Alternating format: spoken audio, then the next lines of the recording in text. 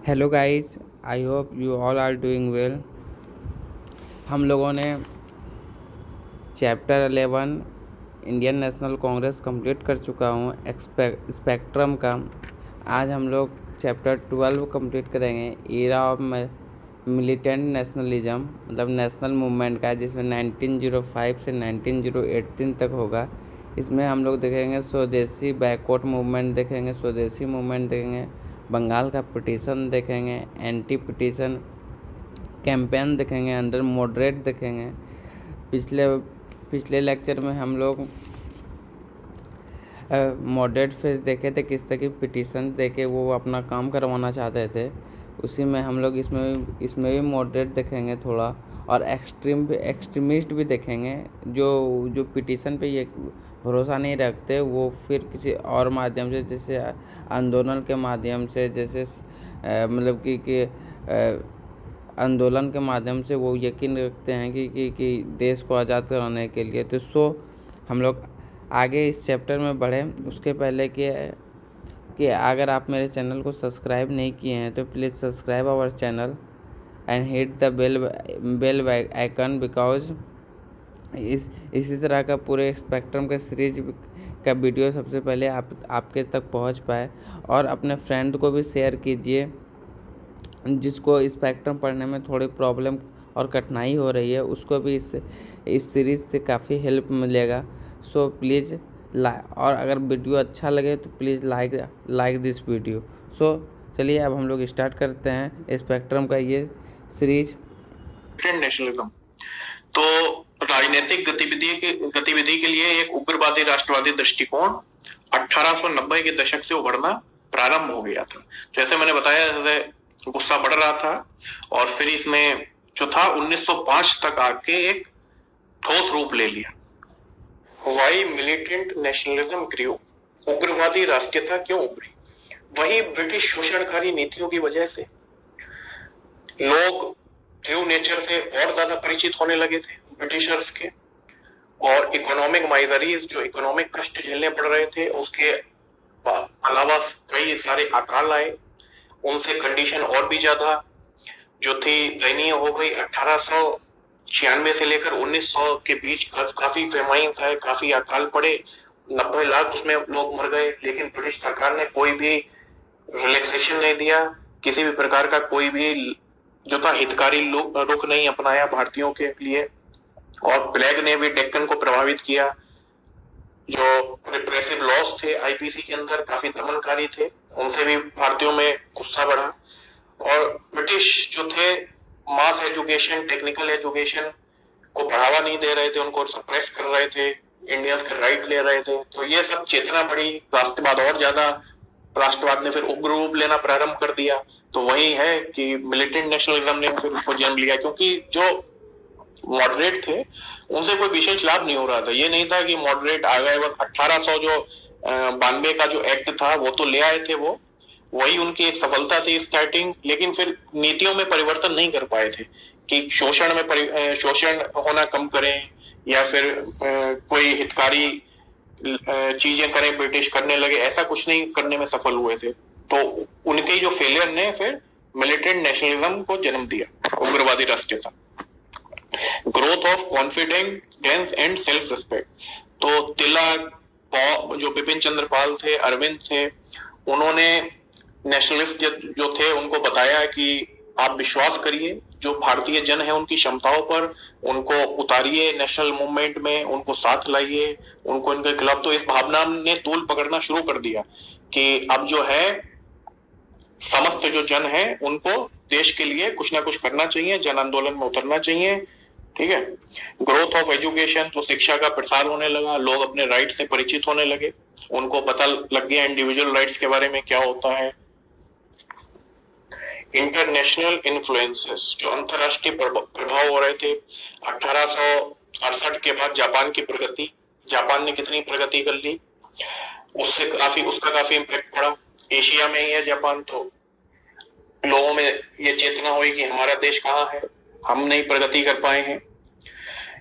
British की जो नीतियां हैं उनकी वजह से, ना ही ये कोई मॉडर्नाइजेशन इंडक्ट कर रहे हैं, कुछ भी नहीं कर रहे हैं। ना ही इंडस्ट्रियलाइजेशन को बढ़ावा दे रहे हैं, बस हमारी इकोनॉमी जो थी उसको भी बर्बाद करते जा रहे हैं। जो इथोपियाई थे उन्होंने जो इटली की सेना थी उसको हरा दिया, वॉर युद्ध। तो ये सब चीजों ने जापान की रूस पर जीत, तो ये सब चीजों ने ये भारतीयों को विश्वास दिलाया कि जो पहले एक धारणा बन चुकी थी कि ब्रिटेन जो है इनविंसिबल है, अपराजय है। तो इन सब चीजों ने ये विश्वास दिलाया कि नहीं, उन पर भी विजय प्राप्त की जा सकती है, और इस मिथकों को तोड़ दिया, अजेयता के मिथकों को, जो यूरोपियन अजेयता के मिथकों, जो मिथक थे उनको। रिएक्शन टू इंक्रीजिंग वेस्टर्नाइजेशन, तो बढ़ते जो पश्चिमीकरण जो बढ़ रहा था उसका प्रभाव हो रहा था। अच्छे अच्छे आइडियाज को तो सबने एडवोकेट किया, सबने लिया, लेकिन फिर जो और भी ज्यादा बढ़ रहा था पश्चिमीकरण, वेस्टर्नाइजेशन, तो फिर हिंदू जो बुद्धिजीवी थे उन्होंने भी उसके सामने भारतीय कल्चर को रखा और बोला कि भारतीय अतीत भी बहुत गौरवशाली रहा है और भारतीय सभ्यता भी बहुत बड़ी सभ्यता, बहुत अच्छी सभ्यता है, उससे लोगों को परिचित कराया। तो इससे लोगों में राष्ट्रवाद की भावना बढ़ी, यूनिटी बढ़ी। उसमें स्वामी विवेकानंद का बहुत बड़ा रोल था, जो एक श्रेष्ठ अपना अतीत को सामने लाने में भारतीयों के। तो इससे पश्चिमीकरण के प्रति जो थी प्रतिक्रिया बढ़ी। Reactionary policies of Curzon, Curzon की जो नीतियां थी उसमें universities act, Calcutta corporation act और इन सबसे बढ़कर बंगाल का जो विभाजन था, उसने एक प्रकार से राष्ट्रवादी जो आंदोलन था, राष्ट्रवादी भावना थी, उसको और ज्यादा बढ़ा दिया ये सब दमनकारी नीतियों ने। और इसने जो था, ही refuse to recognise India as a nation, तो इंडिया को एज ए नेशन के रूप में मान्यता देने से इनकार कर दिया और राष्ट्रवादियों का अपमान किया। तो ये सब चीजें थी जो गुस्सा डेवलप कर रही थी और एक प्रकार से मिलिटेंसी को जन्म दे रही थी, उग्रवाद को। Existence of militant school of thoughts, उग्रवादी विचारधारा का अस्तित्व। तो इंपॉर्टेंट लीडर थे इस विचारधारा के, कौन कौन थे? लाल बाल पाल, इनको हम तीनों को लाल बाल पाल के नाम से जानते हैं। कौन थे? लाला लाजपत राय, बिपिन चंद्र पाल और बाल Gangadhar Tilak. Swaraj to be the गोल, इन्होंने बोला कि जो स्वराज है वो गोल होना चाहिए, जो सेल्फ गवर्नमेंट है वो, ये जो भारतीय हैं उन पर भारतीय शासन करें, हमारी सेल्फ गवर्नमेंट होनी चाहिए। विदेशी शासन से घृणा करना, जो भी उनकी नीतियां थी, जाहिर सी बात है घृणा होगी। जनता की क्षमताओं पर विश्वास करना, उन्होंने जो इंडिया के लोग हैं उनकी क्षमताओं पर विश्वास करने के लिए राष्ट्रवादियों को बोला कि इनको आप उतारिए नेशनल मूवमेंट में, ठीक है। तो इससे जो थी भावना और राष्ट्रवाद की फैली। व्यक्तिगत बलिदान की आवश्यकता, तो उन्होंने बोला कि अगर राष्ट्रवाद के लिए, अगर शोषणकारी नीतियों के लिए, समाज के लिए, देश के लिए बलिदान भी देना पड़े तो इसमें कोई समस्या नहीं है, सब लोग हाजिर हैं, कहीं भी जो है किसी भी प्रकार का बलिदान आप दे सकते हैं, परित्याग कर सकते हैं चीजों का। The Swadeshi and boycott movement, Swadeshi movement started in response to partition of Bengal. तो जो स्वदेशी मूवमेंट स्टार्ट हुआ था, इसमें बाइकॉट करना था विदेशी वस्तुओं का। तो वो बंगाल का जो विभाजन हुआ था, लॉर्ड कर्जन जो लाया था नीति है, तो उसके विरोध में स्वदेशी मूवमेंट स्टार्ट हुआ था। इसमें लोगों से आग्रह किया गया, जो आमजन है, तमाम जो दिनों से ये बात चलती आ रही थी कि इसमें लोकल लोगों को, जो नेटिव इंडियंस है उनको शामिल करो, आमजन को मास मूवमेंट बनाओ। तो अभी अपील की जाने लगी कि विदेशी वस्तुओं का बाइकआउट करिए, स्वदेशी चीजें जो है उपयोग करिए। तो वही स्वदेशी मूवमेंट था। पार्टीशन ऑफ बंगाल, तो 20 जुलाई 1950 Lord Curzon issued N order dividing. तो 1905 को जो लॉर्ड कर्जन था उसने बंगाल के विभाजन का ऑर्डर इशू कर दिया और उसमें eastern Bengal and Assam with population of 31 million. तो ईस्टर्न बंगाल और वेस्टर्न बंगाल में उसको डिवाइड करना था। जो बंगाल था उसमें ईस्टर्न बंगाल के साथ आसाम का पार्ट आ गया और उसकी पॉपुलेशन 31 मिलियन थी। खैर इतना डाटा इंपॉर्टेंट नहीं आपके लिए, ये याद रखिए जो ईस्टर्न बंगाल था वो मुस्लिम डोमिनेटेड था, ठीक है। और जो रेस्ट ऑफ द बंगाल था, वेस्टर्न बंगाल जिसको बोला, वो हिंदू डोमिनेटेड था। तो इससे मुस्लिम जो थे थोड़ा खुश हो गए। डिवाइड एंड रूल की नीति कर्जन ने भी लागू करी कि जो बंगाल है वो सेंटर है किसका? नेशनलिज्म एक्टिविटी का, नेशनलिस्ट एक्टिविटी का और नेशनलिज्म को बढ़ावा देने का। तो इसको यहाँ पे जो है इसको कम करने के लिए बंगाल को विभाजित कर दो, जो हिंदू मुस्लिम यूनिटी भी कम हो जाएगी और फिर जो है यहाँ पे नेशनलिस्ट जो मूवमेंट चलते हैं यहाँ से पनपते हैं वो भी कम हो जाएंगे, नेशनलिज्म बढ़ना कम हो जाएगा। तो ये उसकी नीति थी। तो इसने एक ईस्ट बंगाल बना दिया, वो था मुस्लिम डोमिनेटेड, वहां पे मुस्लिम ज्यादा थे, और बोला कि हमने आपके लिए अलग से बना दिया है प्रांत, तो मुस्लिम इससे खुश हो गए, और वेस्ट बंगाल में हिंदू ज्यादा थे। आर्गुमेंट क्या दिए गए कि बंगाल जो है काफी बड़ा है एडमिनिस्ट्रेशन के लिए, तो ये दिया, कहा इसने कि टू बी एफिशिएंटली एडमिनिस्ट्रेट, मतलब इतना बड़ा है कि सही से उस पर प्रशासन नहीं किया जा सकता तमाम, तो इसलिए उसको डिवाइड कर देते हैं। लेकिन उसका रियल मोटिव क्या था? रियल मोटिव ये था to weaken Bengal, the nerve centre of Indian nationalism. तो जैसा मैंने बताया, नेशनलिज्म को कमजोर करना चाहता था, बंगाल को वीक करने के लिए। उसको हिंदू मुस्लिम की डिवाइड एंड रूल वाली नीति, उससे कम हो जाएगा, जो भी यूनिटी की वजह से आपस में नेशनलिज्म को और बढ़ावा मिलता है, और फिर जब इसको डिवाइड कर देंगे तो ये वीक हो जाएगा। तो ये नीति थी। पार्टीशन कैंपेन अंडर मॉडरेट्स, उदारवादियों के नेतृत्व में विभाजन के खिलाफ अभियान। तो इसमें कौन उदारवादी लीडर देख ही चुके हैं, एसएन बनर्जी, ये सब ने, पी मित्रा, तो ये सब ने पेटिशन और जो पब्लिक मीटिंग, मेमोरेंडा, ये सब चीजों का इस्तेमाल किया, लेकिन ये बहुत कोशिश भी की उन्होंने, लेकिन सब संवैधानिक तौर तरीकों से और मॉरल सर्किल में रहते हुए, मतलब लॉ एंड ऑर्डर में रहते हुए। तो लेकिन ये सक्सेसफुल नहीं हुए बंगाल के विभाजन को बचाने में। और फिर इन्होंने 1905 7 अगस्त को एक बायकॉट रेवोल्यूशन जो था पारित किया, बायकॉट प्रस्ताव, और उससे फिर स्वदेशी मूवमेंट जो था स्टार्ट हो गया। स्वदेशी मूवमेंट वही जो स्वदेशी वस्तु है उनका इस्तेमाल। अभी स्प्लिट का वक्त आ गया, जो सूरत में नरमपंथी और चरमपंथी दल था उसके विभाजन का टाइम आ गया। उसके प्रमुख क्या कारण थे? Major cause of moderate and extremist split at Surat. तो देखिए, नरमपंथी जो थे, जैसा मैंने बताया कि बहुत ही ज्यादा साधारण वे में, बहुत मॉडरेट मॉडेस्ट वे में अपील करते थे, और जो चरमपंथी थे, जो एक्सट्रीमिस्ट इनको बोले हम, थोड़ा उग्र बोले, इनका नेचर थोड़ा एग्रेसिव रहता था। तो मॉडरेट, इनका एक बात को लेकर विवाद ये हो गया कि जो एक्सट्रीमिस्ट है वो थोड़ा हाई इंटेंसिटी का स्वदेशी मूवमेंट चलाना चाह रहे थे, और केवल बंगाल में कन्फाइन ना रखते हुए उसको बाहर भी निकलना चाह रहे थे। और मॉडरेट्स क्या चाह रहे थे? वो इसको खाली बंगाल में कन्फाइन रखना चाह रहे थे, और थोड़ी लो इंटेंसिटी का। उनका क्या तर्क था, क्या बोल रहे थे वो? मॉडरेट्स बोल रहे थे कि केवल मूवमेंट को बंगाल में कन्फाइन रखो, जो स्वदेशी आंदोलन है, बाइकॉट मूवमेंट है, और इसमें केवल फॉरेन क्लॉथ को लाओ और शराब को लाओ।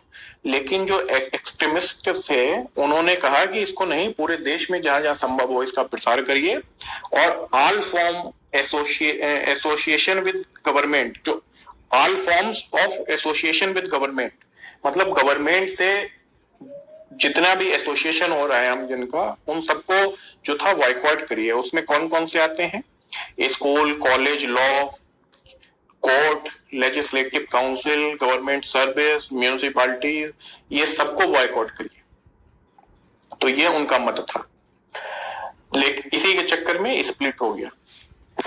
सूरत स्प्लिट के नाम से उसको जानते हैं। The movement under extremist leadership. तो 1905 के बाद चरमपंथी ने बंगाल में स्वदेशी आंदोलन पर प्रभावी रूप से प्रभाव डाला, लेकिन नरमपंथियों के नेतृत्व वाला आंदोलन कुछ सफलता देने में विफल रहा। तो क्योंकि वो तो इतना इंटेंसिटी का कर ही नहीं रहे थे, बहुत ही ज्यादा उसको कन्फाइन रखना चाह रहे थे एक पर्टिकुलर एरिया में।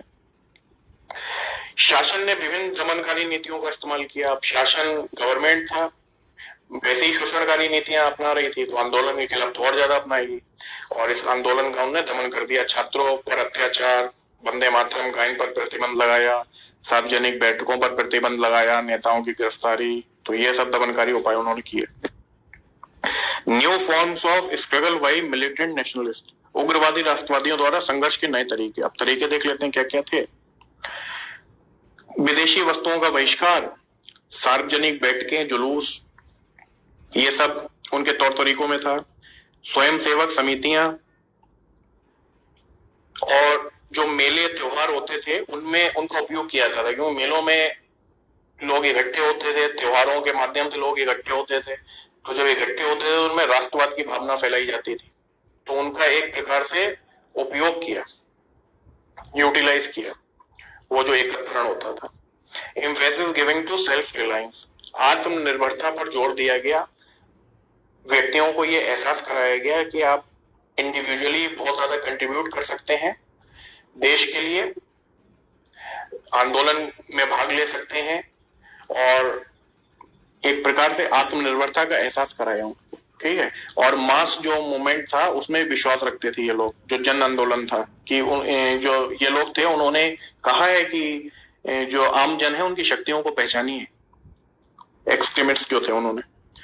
स्वदेशी या राष्ट्रीय शिक्षा का कार्यक्रम, राष्ट्रीय, तो इन्होंने राष्ट्रीय शिक्षा को बढ़ावा दिया और राष्ट्रीय शिक्षा परिषद जो थी उसकी स्थापना की, बंगाल इंस्टीट्यूट ऑफ टेक्नोलॉजी की स्थापना की, स्वदेशी और इंडिजिनस एंटरप्राइजेस, जो स्वदेशी उद्यमों की स्थापना को बढ़ावा दिया, इम्पैक्ट इन कल्चरल स्फीयर, सांस्कृतिक क्षेत्र में अपना प्रभाव डाला। तो ये सब इनके नए तरीके थे, थोड़ा एग्रेसिव थे। एक्सटेंट ऑफ मास पार्टिसिपेशन, जन भागीदारी, स्टूडेंट एक्टिवली पार्ट लिया इन्होंने। और पिकेटिंग होती है कि घेराव करना, जैसे एक ग्रुप इकट्ठा हो जाता है, कोई शराब की दुकान है, उसके चारों तरफ हाथ पकड़ के एक चेन बना लेते हैं और उसका घेराव कर देते हैं, लोगों को अंदर नहीं जाने देते, मतलब हाथ से पूरा चेन बना लेते हैं एक दूसरे के पकड़ कर, तो उसको पिकेटिंग बोलते हैं। तो इन्होंने बहुत भाग लिया, तमाम चीजों का बाइकआउट किया, पिकेटिंग की, और बंगाल, महाराष्ट्र और साउथ इंडिया के कई भागों में ये सक्रिय रहे स्टूडेंट्स। सरकार से अत्याचार भी इन्होंने सहे, जो भी दमनकारी नीतियां अपनाई जा रही थी। विमेन में भी एक्टिवली पार्ट लिया। मुस्लिम जो थे वो थोड़ा खुश थे, क्योंकि उनको बंगाल, अब यहीं से देखिए, मुस्लिम को अलग कर दिया गया डिवाइड एंड रूल की नीति ने। मुस्लिमों को दिखा दिया गया कि हमने देखिए आपका प्रांत अलग बना दिया है, तो मुस्लिम जो थे विभाजन के जो थे सपोर्ट में थे, कुछ नहीं थे, लेकिन देखा जाए तो एक ग्रुप बना हुआ था, कुछ मुस्लिम सपोर्ट में थे, कुछ मुस्लिम जो थे विरोध में थे। तो इसी चक्कर में मुस्लिम का जो पार्टिसिपेशन था वो इतना ज्यादा नहीं था। कुछ मुस्लिमों ने भाग लिया, but most of the middle class जो मुस्लिम थे वो अपने आप को दूर रखा, क्योंकि वो फेवर करते थे जो पार्टीशन हुआ है, क्योंकि एक मुस्लिम प्रांत अलग बन गया, उनको ऐसा लगता था। लेबर एंड ट्रेड यूनियन, श्रमिक और ट्रेड यूनियन, तो देखिए मजदूर जो थे उन्होंने भी सक्रिय रूप से भाग लिया था। मूल्य वृद्धि, नस्लीय भेदभाव जैसे जो मुद्दे थे उनके जवाब में कई जगह हड़तालें की गई। तो इस प्रकार से समाज के विभिन्न वर्गों का योगदान था। ऑल इंडिया मुस्लिम लीग, अब देखिए 1905 को मुस्लिम लीग की स्थापना हो जाती है 30 दिसंबर 1905 को, और ये एंटी कांग्रेस फ्रंट के रूप में उभरता है, कांग्रेस विरोधी मोर्चे के रूप में ये उभरता है। तो इनका मानना था कांग्रेस जो है हिंदुओं के हित को रिप्रेजेंट करने वाला संगठन है, तो मुस्लिमों के हित को रिप्रेजेंट करने के लिए भी एक संगठन होना चाहिए। तो मुस्लिम लीग की स्थापना होती है, और ये आगे चलकर बहुत बड़ा इसका रोल रहता है, जो भारत का विभाजन होता है उसमें आगे के चैप्टर्स में देखेंगे। दमनकारी जो सरकारी अधिनियम थे, रिप्रेसिव पॉलिसीज जो थी गवर्नमेंट की, उसको देख लेते हैं। सेडेशन मीटिंग एक्ट 1907, ये जो बैठकें होती थी नेशनलिस्ट की, उसको रोकने के लिए राजद्रोही बैठक अधिनियम। क्रिमिनल लॉ एक्ट, आपराधिक कानून अधिनियम 1908। इंडियन न्यूज़पेपर एक्ट, ये जो न्यूज़पेपर्स हैं उनको रिप्रेस करने के लिए। एक्सप्लोसिव सब्सटेंस एक्ट, विस्फोटक पदार्थ अधिनियम, विस्फोटक पदार्थ जो है उसके विरुद्ध। इंडियन प्रेस एक्ट, प्रेस जो है उसको कंट्रोल करने के लिए। तो ये सब एक्ट लाए गए जो गवर्नमेंट के द्वारा दमनकारी नीतियां थी आंदोलन के खत्म करने के लिए। एन्यूलमेंट ऑफ पार्टीशन, तो देखिए ये 1911 में डिसाइड किया गया कि जो क्रांतिकारी उग्रवाद बढ़ रहा है उसके खतरे को रोकने के लिए, तो 1911 में बंगाल का विभाजन को रद्द करने का फैसला किया गया, एन्यूलमेंट किया गया उसको। अभी राजधानी को दिल्ली स्थानांतरित करने का भी निर्णय लिया गया। तो इस प्रकार से फिर से रीडिस्ट्रीब्यूशन हुआ, रीऑर्गेनाइजेशन हुआ। बिहार और उड़ीसा को बंगाल से अलग कर दिया गया और असम भी एक अलग प्रांत बन गया। तो इस प्रकार से 1905 में विभाजन हुआ था और 1911 को खत्म कर दिया गया। ठीक है, ध्यान रखिएगा सर। और इस टाइम पे हार्डिंग था, जो गवर्नर वाइसरॉय था वो हार्डिंग था। उस पर फिर हमला भी करा गया था, जब वो आगे देखेंगे हमला जब उस पर करा गया था। इसी टाइम पे किया गया था जब कैपिटल शिफ्ट हो रही थी कलकत्ता से दिल्ली। वाई स्वदेशी मूवमेंट फिजल्ड आउट बाई 908। स्वदेशी आंदोलन जो है 1908 तक समाप्त क्यों हो गया? देखिए, वही सरकार की दमनकारी जो नीतियां थी, कठोर दमनकारी, उसकी वजह से दमन हुए और आंदोलन को उनको रोकने में सफलता मिली। लैक ऑफ इफेक्टिव ऑर्गेनाइजेशन, प्रभावी संगठन की अभी भी अनुपस्थिति थी, प्रॉपर नीतियां नहीं थी, प्रॉपर प्लानिंग की कमी थी, अनुशासित जो है फोकस का अभाव था, अनुशासित केंद्र का अभाव था। सभी नेताओं की गिरफ्तारी, जो भी लीडर थे उस टाइम पे कम लीडर हुआ करते थे, तो उनकी भी गिरफ्तारी हो गई और उनको निर्वासित कर दिया गया अलग अलग जगहों पर। तो आंदोलन जो है नेतृत्वहीन हो गया। स्प्लिट इन नेशनलिस्ट रैंक, राष्ट्रवादियों में विभाजन हो गया और संकीर्ण सामाजिक आधार। तो राष्ट्रवादियों में विभाजन जैसे देखा, एक्सट्रीमिस्ट मॉडरेट विभाजित हो गए। तो उस टाइम पे कम ही लीडर्स थे, कम, तो उस टाइम पे उनमें भी विभाजन हो गया। तो आंदोलन को रिप्रेस करने में भी आसानी रही और कमजोर भी पड़ गया। सब मिलकर काम करते, एक मत काम करते तो लाभ होता और अच्छे से आंदोलन संचालित होता। संकीर्ण सामाजिक आधार, देखिए लोगों ने पार्टिसिपेट तो अच्छे से किया था, लेकिन अभी भी उतनी जो था इंटेंसिटी का पार्टिसिपेशन नहीं था। अगर देखा जाए तो आखिरी व्यक्ति तक का सहयोग नहीं था। पार्टिसिपेशन अच्छा था, मास पार्टिसिपेशन था, लेकिन उस इंटेंसिटी का नहीं था। तो संकीर्ण सामाजिक आधार। अचीवमेंट ऑफ स्वदेशी मूवमेंट, स्वदेशी आंदोलन की उपलब्धियां, हालांकि फेल हो गया आते आते ये 1908 तक, लेकिन कुछ ना कुछ उपलब्धियां तो रही। देखिए, हर आंदोलन की कुछ ना कुछ उपलब्धियां तो रही हैं। जितने भी राष्ट्रवादी आंदोलन हुए हैं 1857 से पहले के या 1857 या फिर उसके बाद के जितने भी रहे हैं, गांधी जी द्वारा जितने किए गए, उनसे कुछ ना कुछ तो इफेक्ट पड़ा ही है। नेशनलिज्म को बढ़ावा दिया है, आगे की रणनीतियां क्लियर हुई हैं। तो आते आते अल्टीमेटली जो है फिर स्वतंत्रता मिली। अब कोई भी होता है, मान लीजिए किसी चीज को भी तोड़ते हैं तो उस पर 10 हथौड़े मारे जाते हैं, तो वो 10वें हथौड़े में टूटता है, तो उसका मतलब ये नहीं कि जो 9 मारे गए हैं उनका कोई इम्पैक्ट नहीं था। तो वही चीज यहाँ पे थी। आंदोलनों के बारे में हम बोल सकते हैं कि नेशनलिज्म को बढ़ाने में सब आंदोलन का उपयोग था। अचीवमेंट्स देख लेते हैं इसके। अब तक के जो अछूते वर्ग थे उन्होंने भी भाग लिया। आंदोलन की समृद्धि केवल राजनीतिक क्षेत्र तक सीमित नहीं थी, इसमें कला, साहित्य, विज्ञान और उद्योग भी शामिल थे। लोग नींद से जाग गए, नेशनलिज्म बढ़ा, उन्होंने साहसिक राजनीतिक पद लेना सीख लिया, राजनीतिक रूप से सक्रिय हो गए, राजनीतिक कार्यों के नए रूपों में भाग लिया, उन्होंने थोड़ा एक्टिव हो गए पॉलिटिकली, नेशनलिज्म भी बढ़ा उनमें, भविष्य के लिए अनुभव प्राप्त हुआ। तो जैसा मैंने बताया कि कोई भी चीज करते हैं तो भविष्य के लिए अनुभव प्राप्त होता है। कि जैसे कोई भी अटेम्प्ट देते हैं एग्जामिनेशन का, पढ़कर जाते हैं, फिर उसमें फेलियर होता है, तो कहते हैं ना फेलियर से ज्यादा सीखते हैं। तो वही चीज यहाँ पे थी कि आंदोलन हो रहा था तो उससे एक चीज आई कि भाई स्प्लिट नहीं होना चाहिए। तो अभी इनमें जो स्प्लिट हुआ था मॉडरेट और एक्सट्रीमिस्ट में, तो आगे के लिए नेता जो है कभी भी ऐसी स्थिति आई तो वो उसको समझ गए कि स्प्लिट को रोक लिया गया। आगे कुछ ऐसे मौके आए जहां पे इसी आधार पर स्प्लिट को रोका गया, जो सूरत में स्प्लिट हुआ था कि उससे कमजोरी आ गई थी, पॉलिटिकली इनएक्टिविटी आ गई थी, राजनीतिक रूप से जो है इनएक्टिविटी आ गई थी। तो इसी आधार पर आगे के स्प्लिट को भी रोक लिया गया। तो खैर ये सब अचीवमेंट्स थे इसके। Morley Minto reforms, Morley Minto सुधार। अब इसके पीछे की कुछ घटनाएं देख लेते हैं। 1906 में शिमला शिष्टमंडल नामक एक मुस्लिम डेपुटेशन था, मुस्लिम कुलीनों का एक समूह था, वो लॉर्ड मिंटो से मिला और सेपरेट इलेक्टोरेट की मांग करी। सेपरेट इलेक्टोरेट क्या होते हैं और ज्वाइंट इलेक्टोरेट क्या होते हैं उनको देखते हैं। सेपरेट इलेक्टोरेट मतलब निर्वाचक मंडल, पृथक निर्वाचक मंडल, इसका मतलब ये होता है कि जैसे सपोज करिए कोई जगह ए है, कोई ए विधानसभा है, उसमें मुस्लिमों के लिए सेपरेट इलेक्टोरेट दिया हुआ है, तो अलग अलग क्षेत्रों में दिया जाता है। तो अब जैसे ए में दिया गया है, तो इसमें जो जितने वोटर होंगे वो सारे मुस्लिम होंगे, ठीक है, और जो कैंडिडेट खड़ा होगा वो भी मुस्लिम होगा। तो ये होता है सेपरेट इलेक्टोरेट। तो वहां के जो अन्य लोग हैं उनसे वोटिंग का अधिकार छीन लिया जाएगा, ठीक है। और ज्वाइंट इलेक्टोरेट क्या होता है? ज्वाइंट इलेक्टोरेट में मतलब सब लोग वोटिंग करते हैं।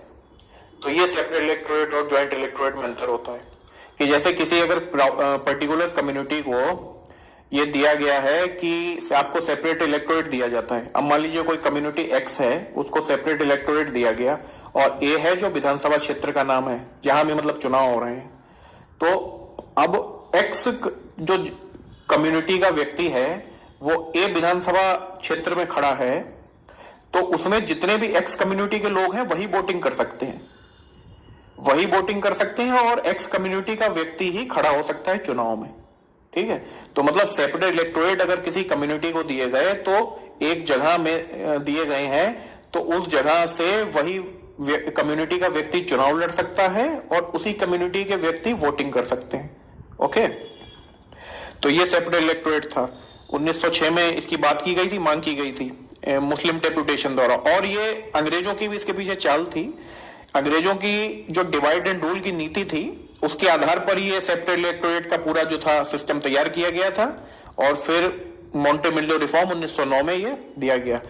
गोपाल कृष्ण गोखले जो थे वो भी इंग्लैंड गए, सेक्रेटरी ऑफ स्टेट जो जॉन मॉर्ले थे इनसे मिलने। मिंटो कौन थे? वाइसरॉय, और Morley secretary of state for England, for India, England में।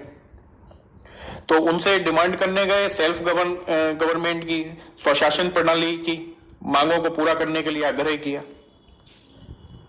अब इसके कुछ प्रावधान देख लेते हैं। 1909 मॉन्टेमिलो रिफॉर्म, इसमें नॉन ऑफिशियल जो मेंबरशिप होती है उसके अलाउ किया गया, और इलेक्शन जो भारतीय हैं जो विभिन्न विधान परिषदों के चुनाव में भाग लेने की अनुमति दी गई भारतीयों को। हालांकि वर्ग और समुदाय के आधार पर था ये। सेपरेट इलेक्टोरेट जैसे मैंने बताया उसको लीगल किया गया, उसको मुस्लिमों को प्रोवाइड किया गया सेपरेट इलेक्टोरेट को, और ये एक डेट्रीमेंटल स्टेप थी इंडिया के लिए। ये विभाजन का भी कारण बनी आगे चल के। इसने बीज बोया, जो दूरियां थी हिंदू और मुस्लिमों के बीच जो दूरियां थी, अंग्रेजों की डिवाइड एंड रूल की नीति ने दूरियां बढ़ानी शुरू कर दी थी, और वो अल्टीमेटली जो है कल्मिनेट हुई किसके रूप में? विभाजन के रूप में, डिवीजन के रूप में। The number of elected members in imperial legislative council and provincial legislative council was increased। तो केंद्रीय विधान परिषद और प्रांतीय विधान परिषदों में निर्वाचित सदस्यों की संख्या में वृद्धि की गई।